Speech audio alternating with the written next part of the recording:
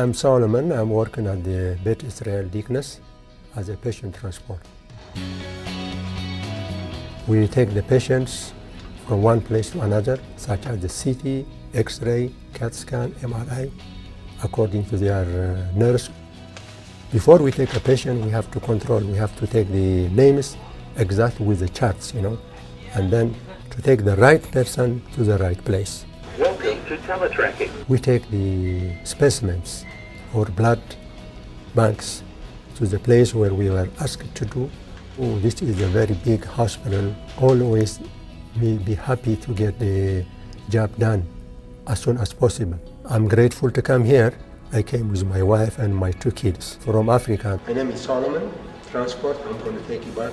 Since we are working here to take care of the patient, as you know, we are a customer service, and also sometimes we see the family of the patients, and most of them sometimes they ask us, how can I go to these places, for example, Reisman 10 or Reisman 11, and then we give them an idea or we guide them.